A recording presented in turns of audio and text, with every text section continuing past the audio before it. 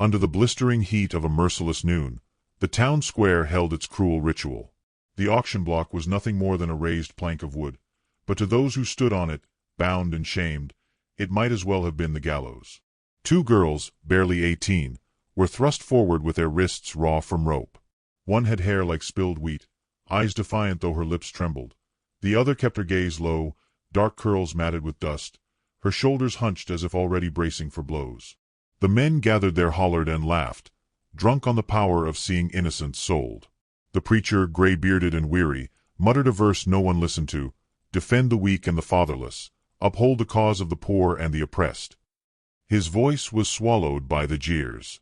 When Jedediah Kane stepped from the crowd, the laughter dimmed. He was 50, broad-shouldered, his beard streaked with gray, his eyes holding the tired steadiness of a man who had lived too long without warmth. His hand brushed the silver coins in his pocket, a fortune hard-earned from years of back-breaking labor on the frontier. He laid them down with the finality of a man drawing a line in the sand. A drunk sneered, "Ain't no use buyin' barren girls, Kane. You too old for sport anyway." Laughter rose again. Jedediah did not flinch. "Silver buys chains," he said evenly, his voice cutting through the air like a blade, "but mercy cuts them." The hammer fell. The girls were his. Yet no one missed the strange weight in his words. The wagon creaked along the road that afternoon, dust curling behind them. The girls sat pressed together, silent, glancing at him with suspicion sharpened by survival. He did not bind them. Their hands lay free in their laps. He offered a tin cup of water first to the dark-haired one, then to her sister, before touching it himself. As the prairie rolled out around them in swells of grass and scrub, Eliza May, the wheat-haired girl, spoke at last. "If you mean to use us, best say it now." Jedediah's grip tightened on the reins. He kept his eyes on the horizon. "I didn't pay for your bodies," he answered. "I paid so you could keep your souls." Silence filled the wagon after that, heavier than words. At his ranch, the wind carried the gossip before they even crossed the threshold. Neighbors leaned on fences, whispering. Old Kane bought himself young wives. Shameful. Sinful. Every look was a blade. Ruth Ann, the dark-haired girl, shrank from their stares, but Eliza May squared her jaw, the fire in her eyes growing brighter. Jedediah ignored the world beyond his gate, guiding them inside as though the low, timbered cabin could be a fortress. That night, Ruth Ann touched the quilt folded at the edge of the bed, tracing the worn stitching with trembling fingers. "I ain't known such kindness," she whispered. Eliza May said nothing, but when Jedediah passed her, she studied him sharply, as though waiting for his mask to crack. He only set bread and salt pork on the table, bowed his head silently, and ate beside them. Days blurred into weeks. The rhythm of ranch life drew them into its orbit, fences to mend, water to draw, cattle to herd. Jedediah showed Ruth Ann how to sit a saddle, steadying her reins with a touch light as wind. He worked beside Eliza May at the fence line, driving nails into cedar posts while her calloused hands matched his pace.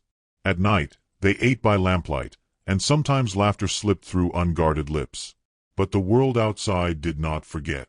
Children mocked from the roadside. Bought girls ain't wives, they slaves. Ruth Ann wept into her apron. Jedediah found her on the porch steps, her shoulders shaking. He lowered himself beside her, knees creaking, and said quietly, "Your worth ain't in their words. It's in what you choose to build." She looked at him then, and for the first time, her gaze held trust. Still, Eliza May tested him. She spoke harshly, threw challenges like stones, waiting for anger.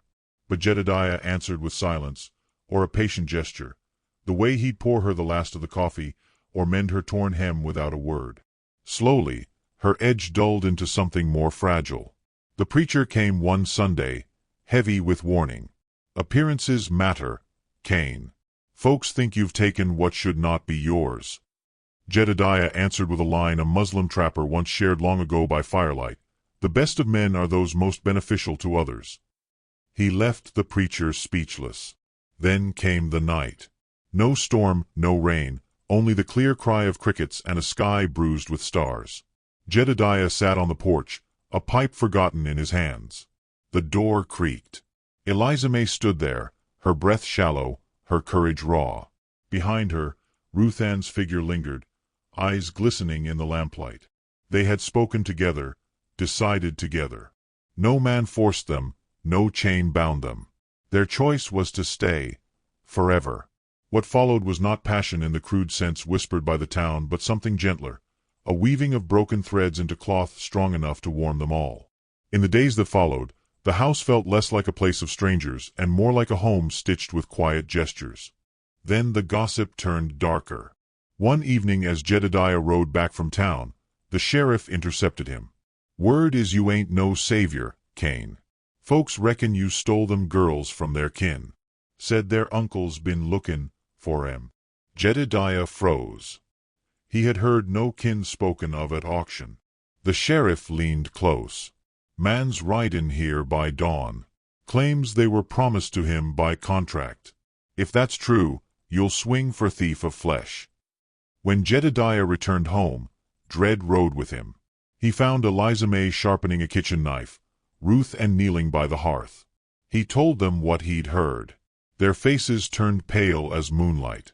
Ruth Ann whispered, "He ain't our uncle. He's the one who sold us. If he finds us, he'll kill you." The night stretched taut as a wire. Every creak of the boards, every hoofbeat in the dark set their hearts racing. At dawn, the sound of riders came.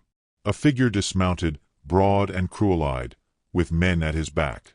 He called out, "Cain, you took what was mine. Hand 'em over." Jedediah stepped forward, rifle across his chest. "You'll not touch them." The man sneered. "You think 2 girls belong to you?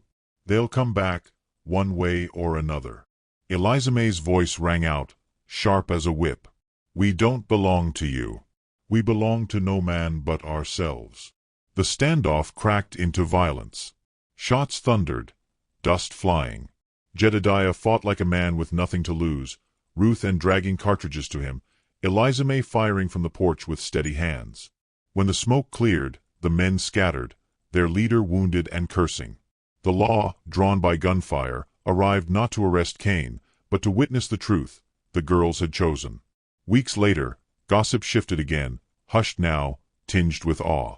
In the church pew, Ruth Ann sat with Jedediah's hand in hers. Eliza May rested her palm on her belly, where new life quietly grew. Murmurs rippled through the crowd, but the preacher only said, "Love covers a multitude of sins." The shocking twist lay not in their staying, but in the blood spilled to keep them free, the revelation that the man who claimed kinship was the very monster who had sold them. Freedom had been bought twice, once with silver, once with fire. So it ended not with chains, nor shame, but with a home remade from ruin. And as the fire crackled that night, the narrator's voice seemed to rise with the smoke. "So remember this, listener by the fire. Sometimes the world will spit and call it folly when mercy takes root in barren ground. But mercy, like seed, grows in silence. And one day, it blooms into a family the world can never tear apart." Which city are you watching our video from? Please leave a comment. Please subscribe to the channel as well. Thank you.